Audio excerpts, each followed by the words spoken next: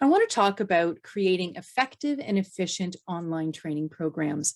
And it's a challenge because we're all working and learning online these days.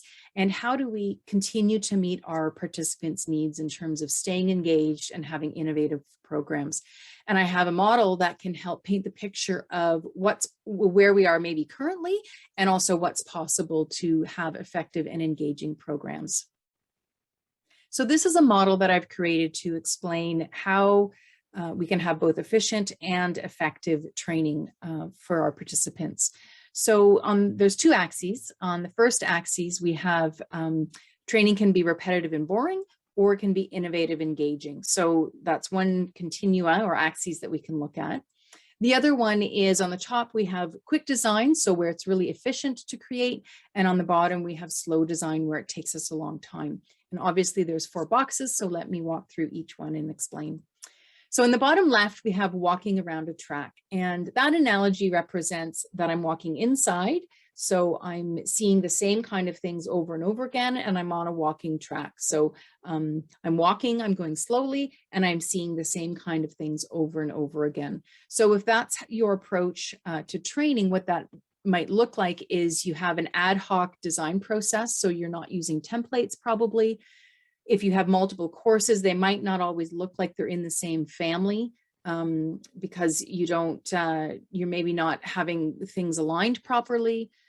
And because you're walking around a track, you're seeing the same things, that there's limited use of technology and applications. So it could be a lot of presenting information, discussions, which is especially hard to do in an online environment, and not leveraging different technology to boost the engagement and to be innovative.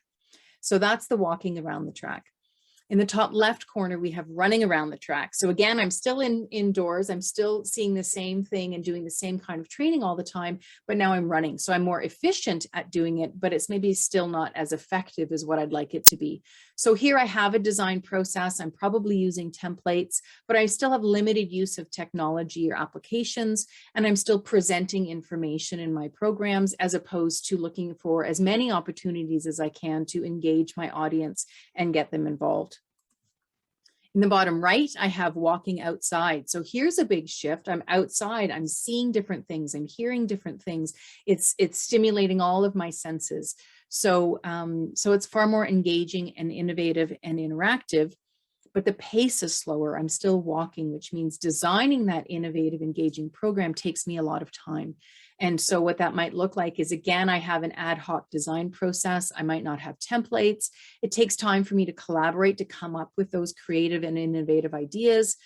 And I know that I want to use technology, but it's hard to know what technology is out there. So it takes me a long time to find what it is that I think that I want to do. It's challenging to test new apps and ideas, and ultimately it might be difficult to innovate. I might be working on my own or in a small team, and it's tough to bounce ideas off of people. And in the top right, we have running outside. So you can imagine what this looks like. Again, I have all of those senses that are being stimulated, but now I'm moving really quickly, and this is a far more efficient design process that I follow. So I have a process, I have templates, I might even have design guidelines, so I know what it is that I'm supposed to use when. I'm able to collaborate with others to figure out what's the best technology that's out there, whether it's in my team or I'm part of a network online or a community or something that I can tap into to get those creative ideas.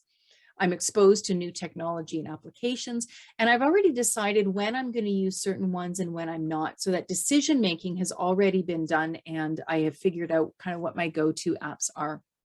And ultimately what I end up with is interactive online sessions that meet my objectives, that are engaging and innovative for my audience. So this model is something to think about to help you figure out kind of where am I currently in terms of my online training design and delivery, and what's possible, where might I want to move to. And my goal is to help folks move into that top right-hand corner where you can run outside, you can move quickly and be efficient with your design, but also create innovative and engaging programs. Thanks for listening.